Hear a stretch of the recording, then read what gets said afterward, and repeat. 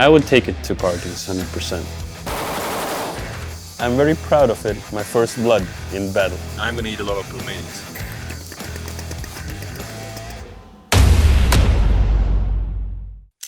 I'm right now walking in the corridors that every single gun enthusiast or an amateur shooter or a shooter in general could only dream of getting to. These are Havel corridors where they make one of the most legendary and amazing weapons on the planet. We're going to test out the AK-203 in all its glory, and I'm really excited about it. This is an amazing opportunity to do it right where they make the AK. We were just gonna test the weapon in all its glory. I'm gonna call it a warm-up, because he's gonna warm up the weapon, fire as many, around 180 rounds in short burst, full automatic, and test everything out. And then I'm gonna take over and fire as much as I can as well.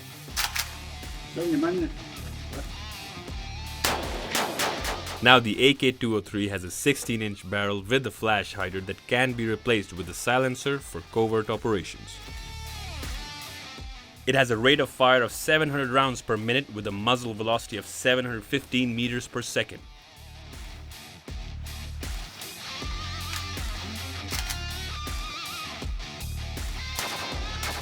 Its range of fire is about 800 meters and each magazine can hold 30 rounds. Despite being chambered in the heavy 7.62x39 caliber, the AK-203 has very low recoil. It also has much better ergonomics than its predecessors, as it has an adjustable folding buttstock and my favorite, the new fire selector switch, which allows you to switch between firing modes with a simple push by your index finger.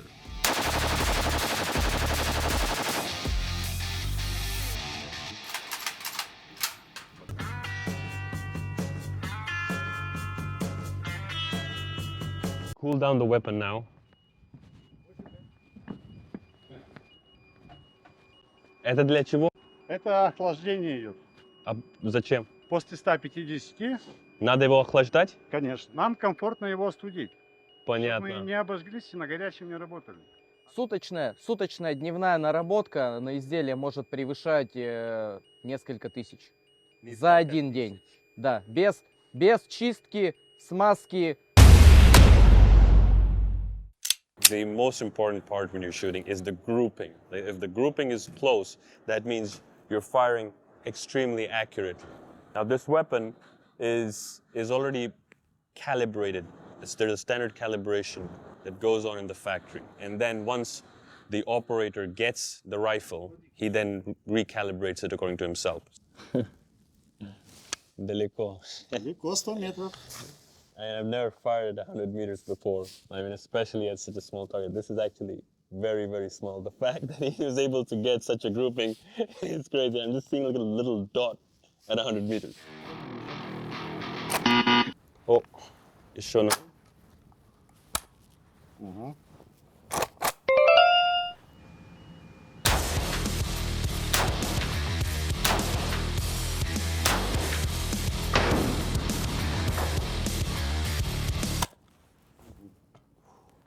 Ну как, тяжело? Нет, очень легко. Для стрелка вашего уровня, скажем, да, прямо оно все в зоне. То есть прям группа хорошая, я считаю, очень хорошо. Да? Да. Спасибо большое. I'm gonna take this home. Like, this is the best souvenir you can get from Kalashnikov. See guys, I wasn't kidding, I brought it back home. It's the best trophy ever.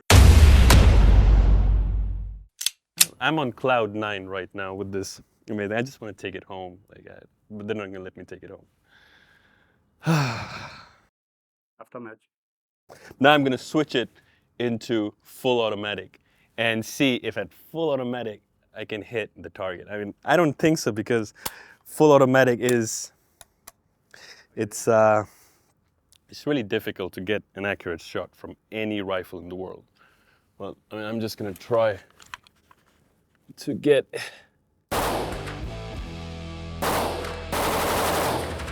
Automatic fire is the best thing in the world.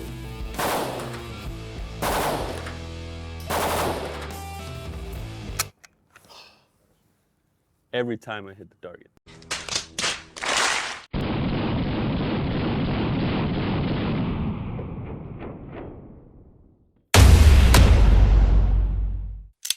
оружие кладем и начинаем его засыпать. Извлекаем.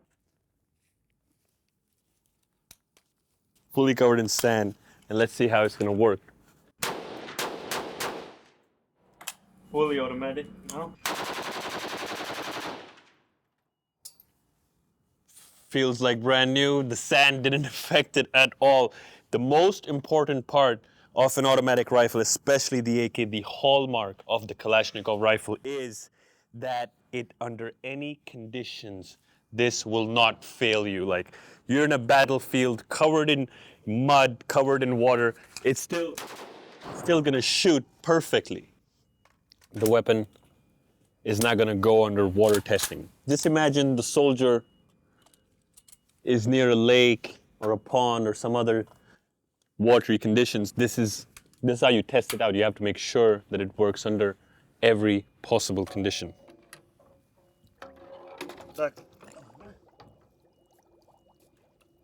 Fully submerged.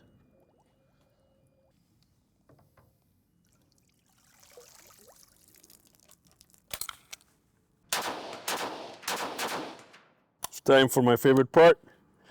Full auto. That's where the legendary AK reliability kicks in. The city of Izhevsk is a lovely city. It's the capital of the Udmurtia Republic in Russia. People here are super nice and welcoming. Women are hot. Beer is cold. What else do you need? I'll tell you what you need. Guns. Lots and lots of guns. And this place has it all. It's filled to the brim with arms manufacturing, and it's a major hub of the Russian military-industrial complex. Some say there is so much firepower here that it can arm a few countries easy. And that's why, ladies and gentlemen, I'm here.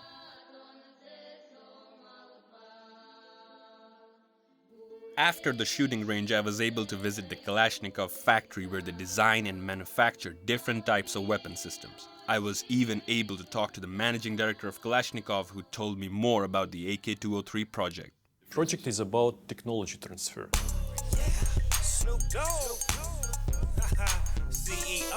So we will transfer 100% of design and technological documentation to India, so that 100% of the assault rifle can be built and made in India. So actually, this is the objective of the project. Actually, the AK-203 is a good choice. So for the Indian customers, for the Indian Ministry of Defense, because it retained all traditional reliability and durability of the Kalashnikov assault rifles, and it also features improved accuracy and complies with all modern requirements in terms of accuracy and ergonomics. Since I was growing up, you play video games, you watch movies, everything there is an AK-47. This is the most recognizable and probably the most famous weapon in the world. And to actually be here and meet all the engineers behind the production of this rifle, it's mind-blowing. And I don't know, I think I'm very happy that the Indian Army and we finally made the choice of using the Kalashnikov, because it's the best weapon there is on the market. I was able to talk to one of the chief engineers at Kalashnikov, and he gave me some insights into the AK-203. It's got Picatinny rails that allow you to mount anything you want, like flashlights, optics, lasers, etc. And like every AK, it can be equipped with a grenade launcher. All in all, it's a very capable, super accurate assault rifle, and it's a pleasure to operate it. Now we're going to be entering the museum of Kalashnikov, the most interesting and the most historical weapons of all time. I was amazed by the collection, and to be honest, I was like a kid in a candy shop. You can literally see the entire evolution of firearms from the First World War right up to the end of the Cold War. This is the PPSH, how they call it in Russians. This is the legendary Soviet submachine gun that was used during the Second World War, and especially in the Battle of Stalingrad. And Stalingrad was the bloodiest battle of all time. Like it's said just to conquer or to take one office block, like hundreds of soldiers would perish. A beautiful weapon, in my opinion, like this mechanism of pulling the bolt out.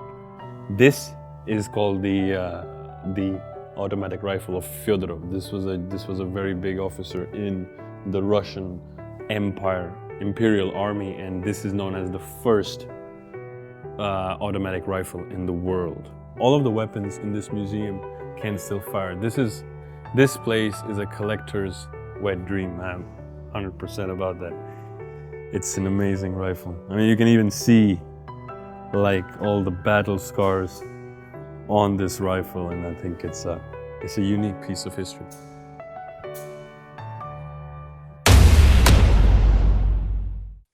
Then we went to the place where the rifle magic happens, the factory. This place is actually super high-tech with very stringent quality controls. That's why all the AKs that are manufactured here are arguably the best assault rifles in the world.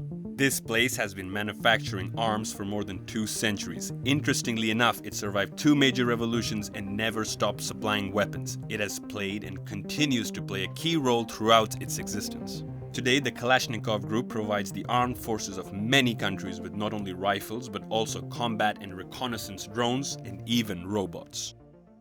This is a huge facility. Like, this is the small arms production facility of Kalashnikov, and I mean, this is a huge factory, and everywhere I see it's precision equipment to make sure all the weapons that come out of this factory are up to the standards set by Mikhail Kalashnikov himself. I mean, if you look at this part, these are all the legendary historical rifles made in this city, and all the employees of this facility have a personal responsibility because they have a very big legacy to uphold, and I mean, they've been doing this for hundreds of years, and their descendants, and I think this factory will continue to provide the same type of quality that it has been providing Russia for the last, I don't know, hundreds of years. This is the raw material they get to make the barrel, and this is the final product. Now I'm asking, how the hell can you make this out of this when there's a difference in length?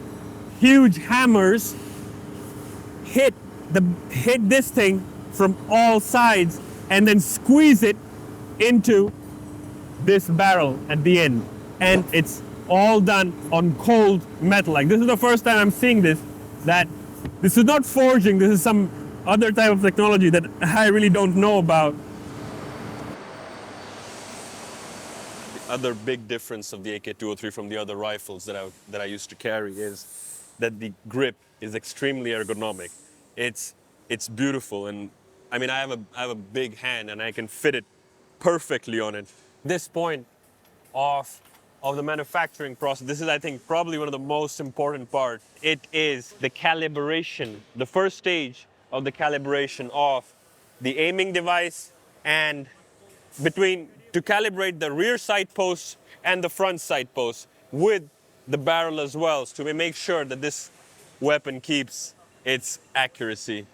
And it's all automated. The whole calibration process is all automated. The guy just stands and looks at the process, make sure it's working correctly. I know we all got passports, but even this rifle has its own passport. So every part of the manufacturing process, you see, every single engineer has to stamp it and sign it and guarantee that it's tested and it's perfect to use. So if anything goes wrong in the rifle, you can trace it back to the very engineer.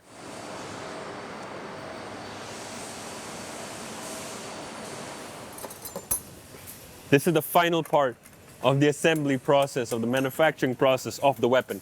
Probably the most graceful part. Like, this is they're assembling the rifle, combining all the parts that they manufactured over this huge and interesting process. So all these weapons are already tested and assembled, but it goes through one more testing phase. The people from the war testing department, they come and they pick a weapon at random, at completely random. They take it apart and test it from inside out, and that's the final, to make sure that the entire assembly process is working perfectly. This is where a weapon, the AK, is put in a special device and then is tested out thoroughly, like its accuracy, the grouping, and of course, some sort of calibration is also done on the basis of a standard shooter. It's quite a complicated process. We've got the main engineer here, or the main tester, and he's going to tell us more on how they actually do this very interesting process. Испытываем подвижные части, как то, например, рама, затвор. Затем происходит испытание на взаимодействие механизмов, то есть автоматическая стрельба идет. Значит, длина тира 100 метров. Да. 100 метров. Начинаем.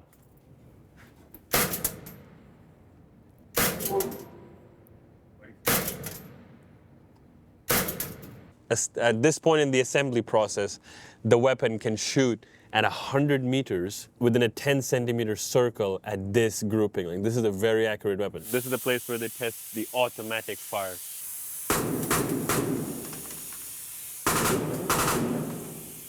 The stamp is already put on the passport. This is the place where no compromises are allowed. If there is even any minute problem during the testing phase of automatic fire, it's automatically sent back to the factory to rework this particular assembly. But like most, I'm sure, like most of the weapons, it passed with flying colors.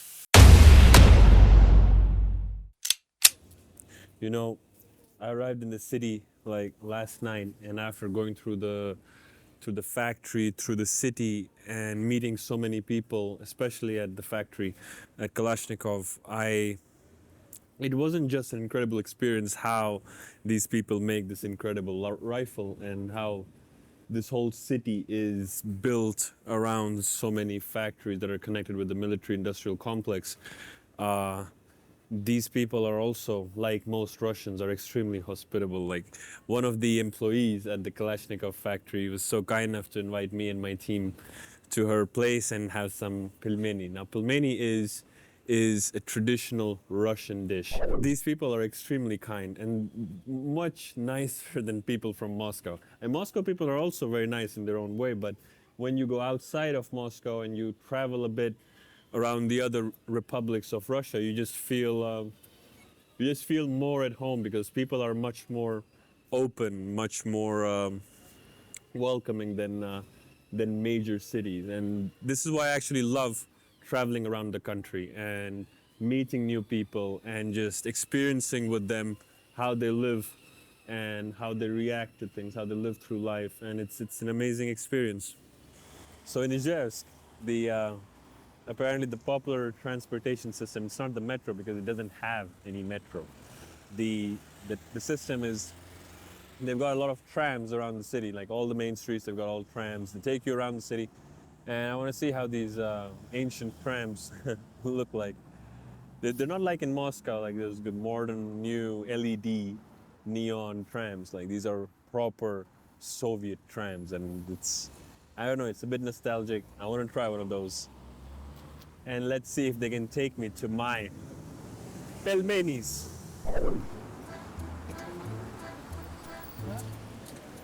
I love Soviet trams. They've got this nice nostalgic feeling that you watch these old movies and everything. They're cozy. А это ваше место?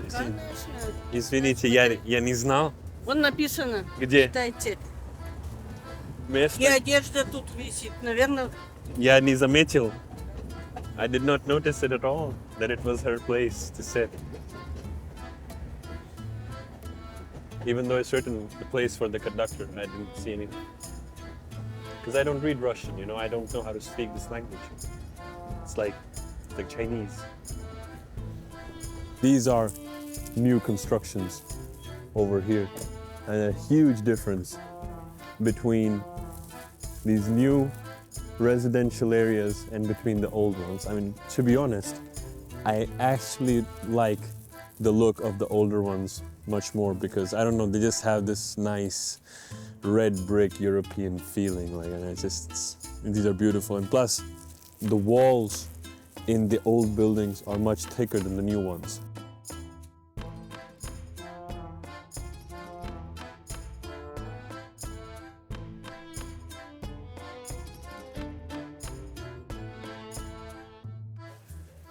Добро пожаловать.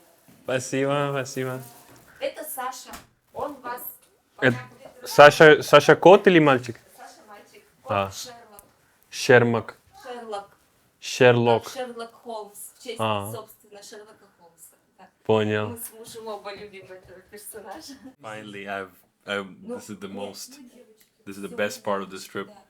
You know, I like to travel to all these places in the country and want to try their local delicacies. And this is the birthplace of pelmeni, which is the basically a meat dumpling, and it smells amazing. And I'm gonna try it.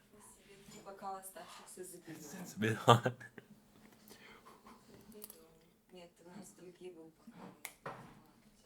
These are the best pelmenis I've ever had. Bon appetit. The husband of this wonderful lady is a war veteran who was seriously injured during the Second Chechen War that left him disabled, but he did not give up. He got married, became a father, and he lives his life to the fullest. He even wrote a few sci-fi novels. This is what I mean when I talk about the Russian spirit. You can never destroy it. You know, during this trip, I realized that Russia is much more than just the big cities of Moscow and St. Petersburg. There are incredible places to explore, wonderful people to meet, and I'm just beginning to scratch the surface of this huge and beautiful country. I also learned a lot about myself. I would like nothing more than to continue my travels and go deeper into Mother Russia. And for my next weapon or war machine of choice, I would like to check out the T-90M, Russia's main battle tank. Let's see where that leads me.